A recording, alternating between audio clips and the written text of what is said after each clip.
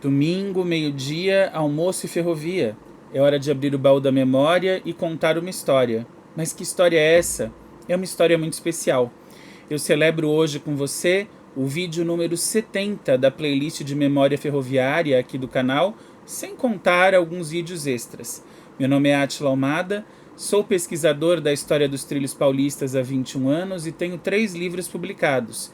Se o assunto ferrovia interessa a você, não se esqueça, inscreva-se aqui no canal se ainda não for inscrito, ative as notificações por meio do sininho para não perder nenhum conteúdo e ao final, claro, eu espero a sua curtida e o seu comentário. Eu decidi seguir uma tag de verdades e mentiras baseadas no nosso assunto aqui, ferrovia e a minha história com a ferrovia. Como este é o vídeo número 70, não daria para contar 69 verdades e uma mentira, eu dividi por 10. Eu vou apresentar aqui para você 7 histórias que aconteceram comigo, só que nem todas aconteceram. Uma é mentira. São 6 verdades e uma mentira. E aí, você vai descobrir qual é a mentira?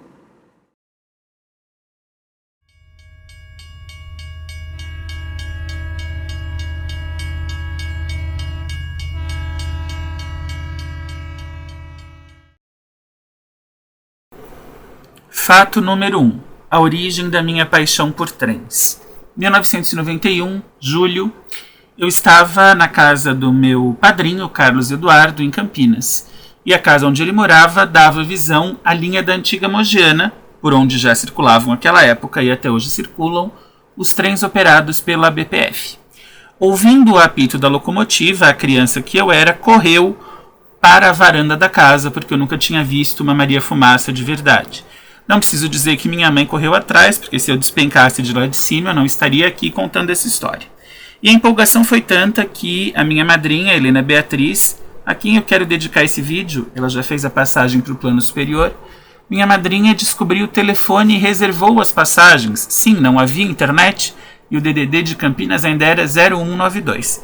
E, 2 semanas após, lá fomos nós, minha avó, minha madrinha, minha mãe e eu. Meu padrinho não foi porque médico que estava trabalhando e fizemos a viagem, a minha primeira viagem em um trem. Eu me lembro isso com uma riqueza de detalhes tão grande que até contei no meu primeiro livro, em uma crônica chamada Maria Maria, como foi essa experiência que me tornou um apaixonado por ferrovias e desde aí eu nunca mais abandonei essa paixão. Fato número 2.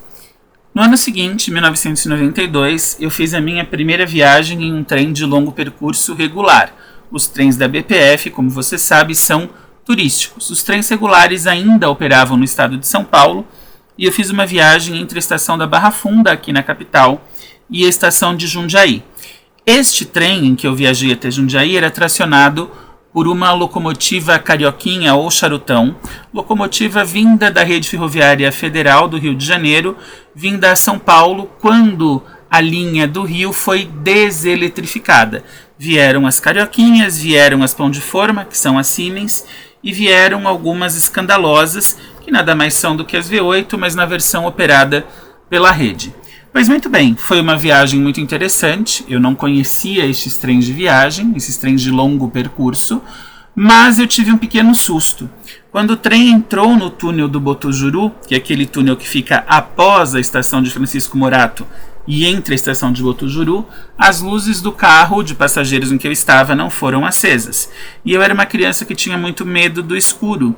Então aquele túnel me pareceu enorme, assustador, desesperador. E durante várias outras viagens que eu fiz, até 97 ou 98, ainda nos trens de longo percurso, eu praticamente me escondia ou fechava os olhos quando eu percebia que a composição entrava no túnel. Este medo, esse trauma de infância só foi passar muito depois, quando eu já nem medo de escuro tinha mais, mas ainda ficava ressabiado com o túnel. Isso só foi passar em 2008. Quando indo trabalhar em Jundiaí, num trem já da CPTM, porque os trens de viagem não circulavam, eu decidi que aquele medo tinha que passar de maneira rápida. Então eu me coloquei na janela do trem, os trens tinham janelas que abriam ainda, e fiquei de cara para o túnel. E aí eu me encantei com aquela construção magnífica de pedra e mais ainda com a história que ela trazia. Mas a lenda do túnel de Botujuru eu conto em um outro vídeo se você quiser saber. Fato número 3. Depois dessas 2 viagens, o vírus ferroviário que já estava na minha veia se alastrou. E aí eu pedia para minha mãe para a gente passear de trem. Com qual pretexto? Ora, passear de trem mesmo. Não era para ir, de repente, a algum lugar específico sempre. Algumas vezes era, mas nas outras era, como dizem hoje, para dar um rolê. Então a gente pegava muito trem aqui em São Paulo, ou na Estação da Luz, ou na Barra Funda. Íamos até Jundiaí, isso de trem de viagem, com um túnel e tudo, e voltávamos no trem seguinte, ou íamos até Campinas, de lá pegávamos um ônibus, íamos para Maria Fumaça, andávamos de Maria Fumaça, voltávamos de ônibus e pegávamos o trem de volta para São Paulo. Numa dessas ocasiões de volta para São Paulo, em 1995, mais especificamente no mês de outubro, eu conheci a cabine de uma locomotiva English Electric quando chegamos à Estação da Luz. Eu fiquei tão curioso, eu já sabia nomear a locomotiva, que eu insisti para minha mãe e a gente foi atrás do maquinista. Foi uma visita rápida, mas possível, e eu conheci então a cabine da Pimentinha. Pimentinha, como era chamada pelos ferroviários da Santos Jundiaí e depois da rede por sua pintura vermelha. Além disso, um outro fato muito interessante é que eu viajei no trem de prata. O trem de prata que era, digamos assim, o filho ou a reformulação do antigo trem Santa Cruz, que viajava entre São Paulo e Rio, mas com outra roupagem, outras cabines, enfim, isso em 97. Eu fui para o Rio de Janeiro de avião e voltei de trem de prata, experimentando todo o serviço da viagem, serviço de jantar, café da manhã. E uma curiosidade é que a minha mãe achou que eu não ia dormir com o balanço do trem, e eu dormi, apaguei a noite inteira, e quem não dormiu foi ela. Fato número 4. Lembra as oficinas de Jundiaí que eu visitei em 92? Aliás, eu nem mencionei neste vídeo, mas eu visitei as oficinas de Jundiaí naquela primeira viagem com a Carioquinha em 92. As oficinas ainda eram ativas. Eu voltei lá às oficinas, não a Jundiaí eu voltei várias vezes de trem, voltei às antigas oficinas em 2004. Quis ir lá um dia que a faculdade estava em greve, eu fiz Unicamp, peguei o trem aqui em São Paulo, fui, e quando eu entrei no pátio das oficinas, eu vi tudo aquilo abandonado, só funcionava o museu ferroviário e aquelas locomotivas apodrecendo no pátio, dentro dos galpões, e eu, como recordava de tudo aquilo vivo, vi tudo aquilo, digamos, morto, e tive uma crise convulsa de choro. Eu chorei muito, muito. Me bateu um desespero, acho que foi um ritual de passagem doloroso, porque a minha memória de infância tinha acabado ali, né? Aquele encanto tinha virado poeira, cinza. O encanto da infância, mas o encanto continuava junto com o desespero de ver aquilo acabar. E eu comecei a pensar no que eu podia fazer como um bom adolescente que quer resolver todos os problemas do mundo. Neste perambular, eu conheci um ex-ferroviário, fiquei andando por ali meio sem rumo, que é o seu Eduardo Levada, que me contou a história dele. E ao saber a história dele, eu fiquei tão mais fascinado do que eu já era pelas ferrovias, que eu decidi que esse seria o meu norte, essa seria a minha escolha, recontar histórias. Foi graças a ele que eu me tornei um pesquisador memorialista. O seu Eduardo Levada é meu amigo até hoje, e no começo eu não tinha exatamente grandes pretensões ou objetivos, mas eu entendi com o tempo e conhecendo outros ferroviários que o meu trabalho era sim importante e que a memória era, mais do que importante, indispensável. Fato número 5. Eu aproveitei muitas viagens a trabalho para conhecer o interior de São Paulo. Eu fui palestrante da OAB, a Ordem dos Advogados do Brasil, por 10 anos ininterruptos, de 2009 a 2018. Quando eu sabia que a cidade tinha como uma das atrações a estação, mesmo que essa estação estivesse abandonada, eu sempre agendava a viagem para o mais cedo possível.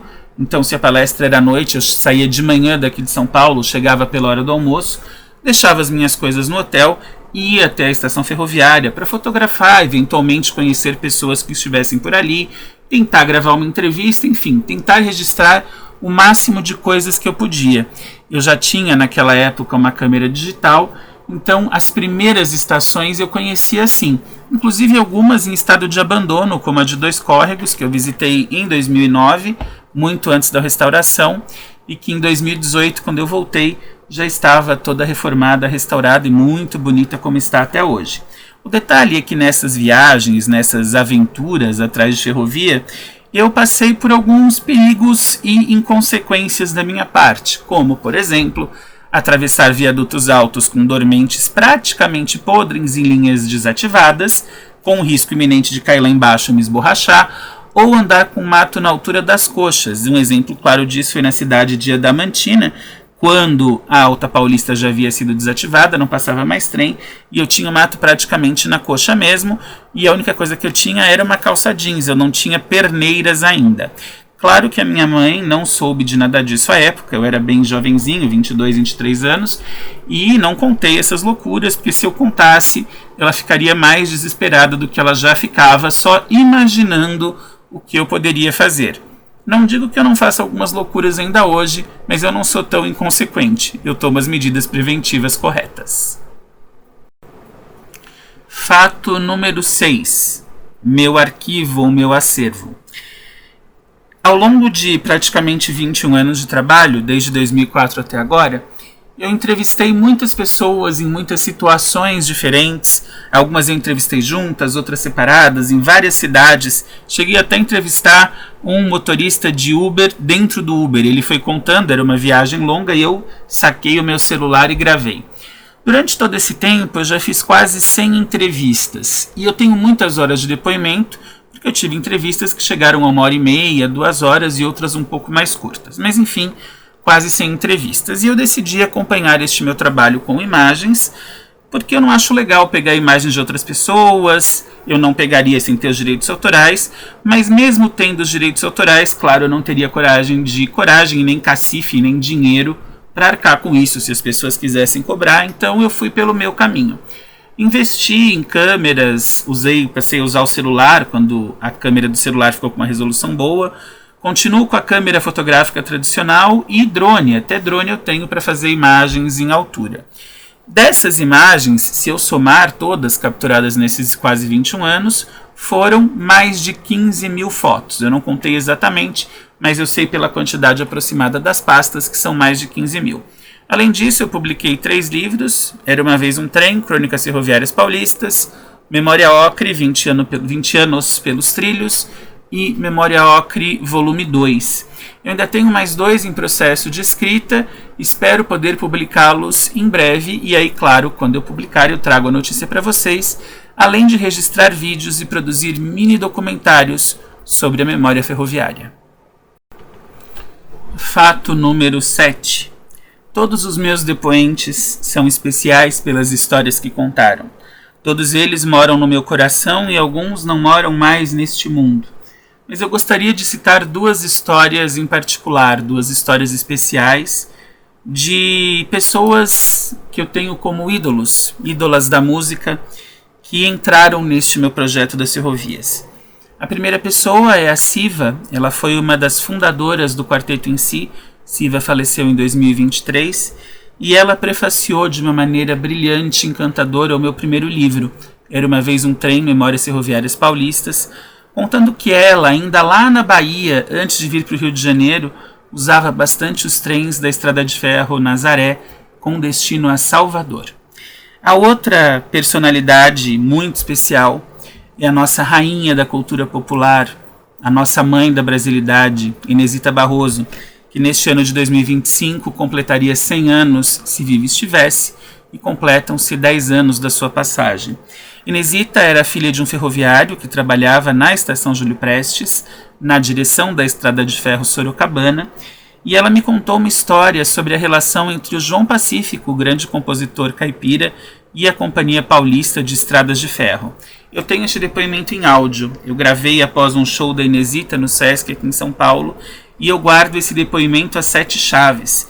Apesar de já ter publicado no meu primeiro livro a história, o registro em voz é uma lembrança amorosa, saudosa, de uma pessoa que, além de compartilhar comigo a paixão da ferrovia, me ensinou muito sobre a cultura popular brasileira e me ensinou a valorizar o que o Brasil ainda tem e terá sempre de melhor.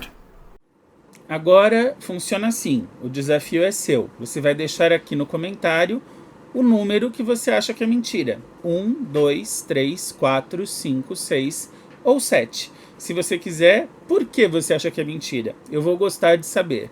Depois que eu compilar as respostas, eu volto aqui e conto qual é a história inverídica, improcedente, falsa, qual é a lorota. E a gente se encontra na próxima semana. Obrigado por estar aqui nestes 70 vídeos. Que venham mais 70 e tantos outros. Um grande abraço.